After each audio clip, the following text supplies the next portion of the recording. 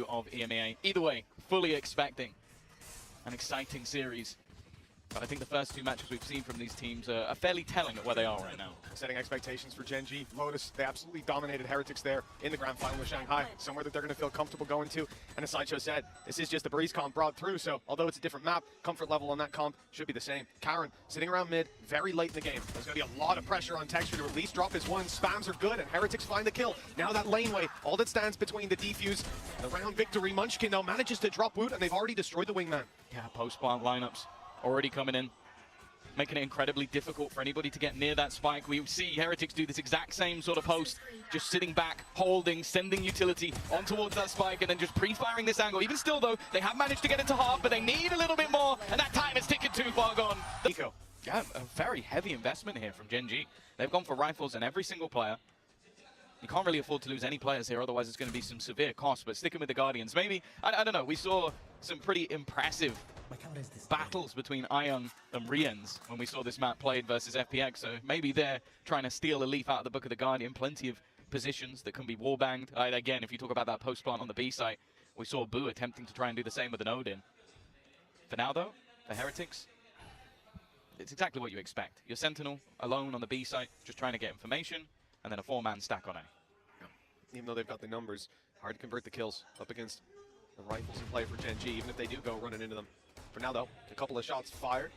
Boost spamming through and almost going down. He's on 15 HP. It's all a ruse from Gen.G. They make early noise. They keep the stack on A, and now the rotation comes in. The pressure onto a man like Benji Fishy with a classic and 2 traps to play off of. It's going to be very difficult to find the value. His camera's already been taken back. 30 seconds left. I like the trap we're seeing here up top, trying to cancel out any updraft dashes. But it's just a conventional push from Gen.G. They know exactly where Benji is. Nice and clean. Nobody else really on spot. Some aim practice early on for Texture.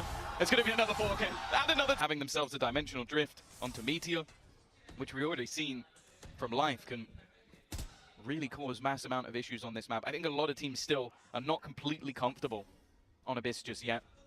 Still by far the newest map in the pool, and I'm waiting to see. Well, if Heretics have got something planned, this aggressive push might be just that. Yeah, the cam has flipped around to mid this time. Not looking for the same control deep on B. Leaving no one there to watch the push up. Hoping the cam will do the job. But it's Meteor's ultimate, and they farmed it up. I expect them to use it in a round like this. Credits on the line. And for Heretics, a little bit of a moneymaker in the last. There goes the ult, immediate TP, so he's nice and close, ready to take this. Already spotting the first. There's a lot of info now. They know there's 3 players here.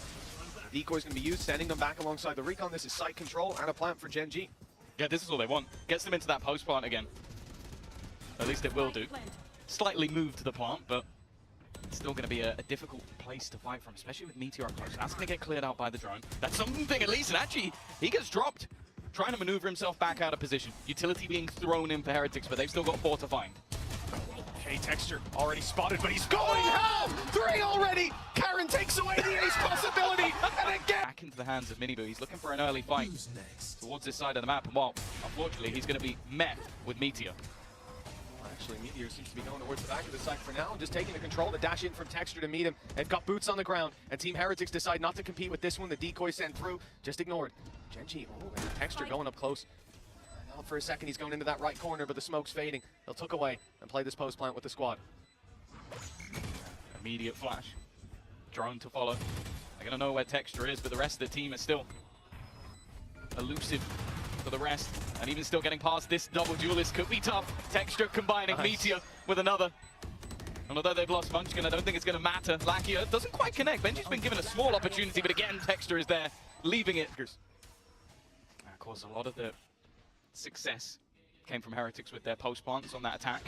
Even though things went to OT, they really were disgustingly strong when it came to the B side. As we've seen from the other side, a much faster paced move here. And it's going to be Benji completely caught off guard. Meteor's already managed to get that open. Riens is still trying to just hold on to some ground, but the A site almost completely lost. Yeah, Riens doesn't want to overcommit to this. He's heard a player come back up towards the top. They're ready for him. Another smoke goes down. The spam's favoring Meteor. He's lit Woot to a fraction of his HP, down to 10.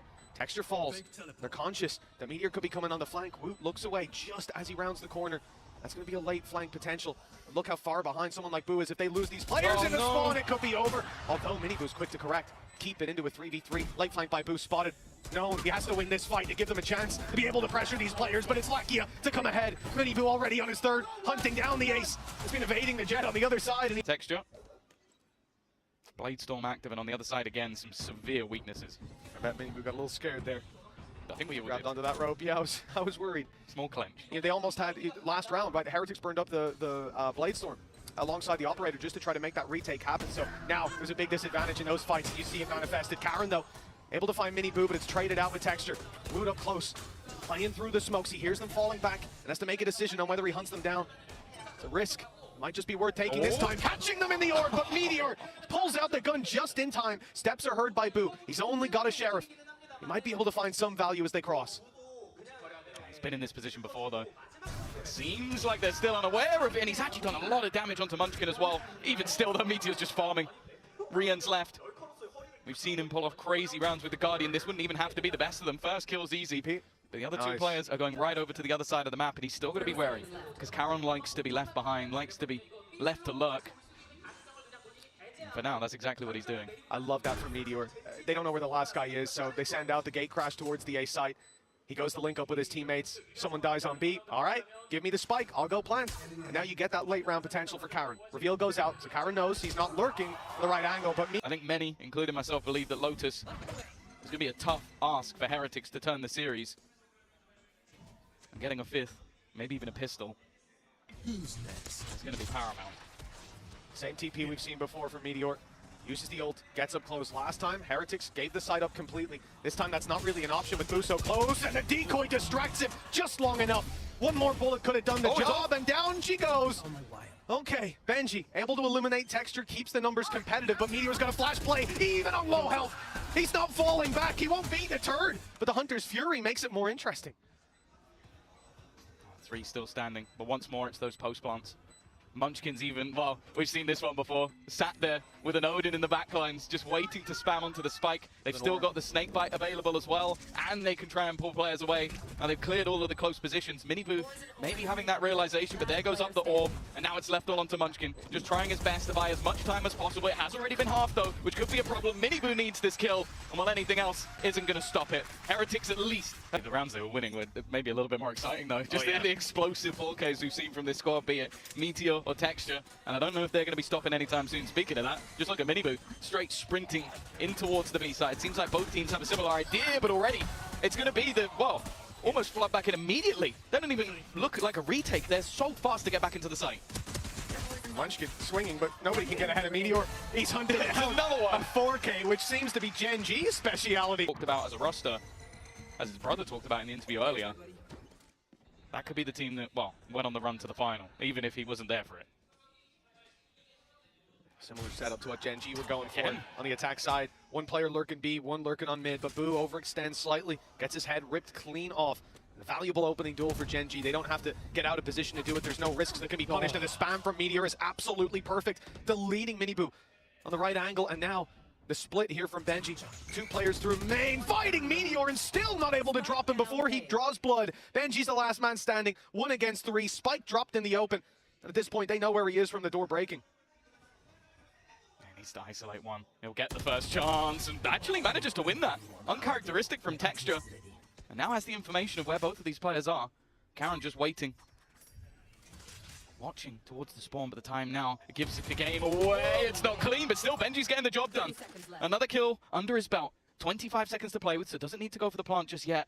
And you can see Munchkin slowly making his move. The cam is actually going to give it away. He now knows exactly where his opponent is. May be able to try and retrieve that spike, but is almost trying to bait in his opponent for the fight. Try and get him to peek this one, sticking it all the way, but that snakebite is going to slow him a little bit more. Munchkin. That's this series over this map, at least so far. Yeah, the scary thing as well is they are getting ever closer to just having every single ultimate online. Like they are a couple or 3 orbs away.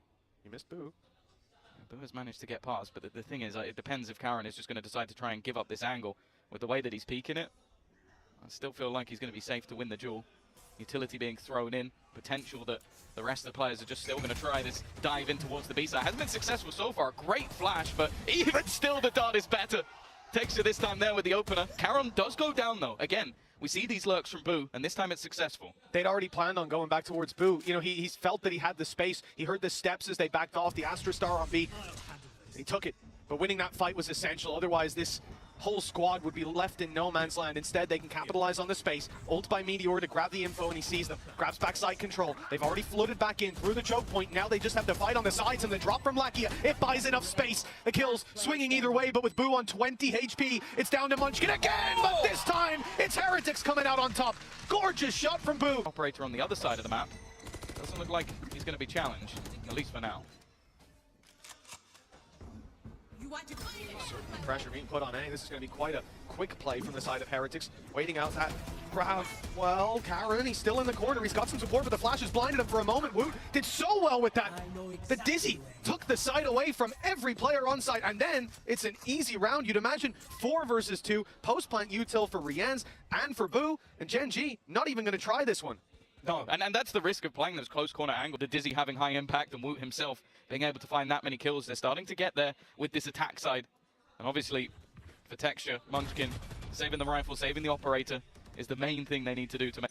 I think it's the right call, for sure. Play the gamble, they'll push up on A, try to force the issue. Adding in a bit of a curveball to this round. Shock Dart as well, thrown in for some damage, but doesn't land. It has slowed Heretics. And the idea here, you can test it early, you get the space, or you manage to push them back in the other direction. A lot of the time, that's what we'll see from teams after seeing that kind of resistance. In the late round, they'll expect that stack to be on A. The op still sitting around mid. Texture's making me dizzy the way he's flicking back and forth. There's the rifle on Munchkin. If it finds 1 or 2, yeah, it could be huge, but Heretics aren't committed yet. Surprised if they do end up heading back to B. I was going to say, the orb is still there, so they could go retrieve that, get Thrash online, but it seems like, at least in terms of where they feel confident, The drones made them go back. site might be there. Now they are going to head over, and as I said, if they get the orb, that could put them in a pretty powerful position. The only thing I'm worried about is they're heading back into the operator, the rifle. That's also where the Viper's Pit could be put into play. And there's a Hunter's Fury for Lakia if he wanted to try and buy time on the plant, if he could rotate into position. That's the main danger, but they don't know they're walking into it. They have absolutely no idea. There's the snake bite, even going to cancel out the drone. 20 seconds left, barely any time. You can't take this back in the other direction. It's time to commit. Viper's Pit goes in to slow them, but Texture, another uncharacteristic whiff. And the plant around the backside. The pit's not covering it, but the Hunter's Fury stops it. Lakia grabbing one, looking to do a bit more damage as the push comes around the back, and it's beautiful! Karen's dropped them just in time, and with the spike down, the round is done! Gen.G! You want them to do, I feel like he is someone that is a little bit underrated in that regard, especially on this map. I think he has a great read on how to play that attack side. 19 and 13 right now. Munchkin again, it's the same. Initial contact, snake bite down, trying to slow them as much as humanly possible. This time, though, there is no opener. There's no success for him. Mostly weak weapons. Guardians are on the way to help out. Guardians at the B side, see if they can hold it down. Meteor does well to find one, but that's all she wrote. Defense here by Texture, steps into the smoke, loses his sight for a moment, but now he's got tied 2 versus 2. Rifles for both, and the Guardian from Texture has been sublime thus far. Spike in the open, the smoke to retrieve it. It's not dropped in the kindest of positions. Karen can play Overlord, fight from above, and it's left on Taboo again. 55 HP, a bullet will do the trick, and he knows that he needs to try and isolate, but that's why Gen.G are going to look to team up together, fight this one, and I thought maybe he gets... Well, I don't know what the read is. Maybe just for the fact that it has been such successful A-side takes, but there is an open B-side right now. No shields, no utility on Munchkin. He is playing this just with a Bulldog, and it's because they want that mid-aggression early, but they don't get the fight there. Instead, it is the B-side that's threatened, and Heretics have definitely picked the weaker spot. They found the gap in play. Ult used by Meteor. He's got his decoy still to work with. It's going to be set up soon, and here it comes. The big play. The spray is good. Mini Boo dropped immediately. Flash for backside. And the spray from Munchkin, good. Good job. He's got that rifle, and Meteor spearheading this push. They've got the advantage locked in. That spray has done a lot of damage too. Benji's below half, sitting inside the cage just behind it. It's faded and left him with nothing. Now a 1 versus 4. They've used the divide to try to spray, but he can't with the Cosmic Divide. Absolutely gorgeous from Gen.G. They get it across the line at the last second, 13 to 11 on Heretics map pick.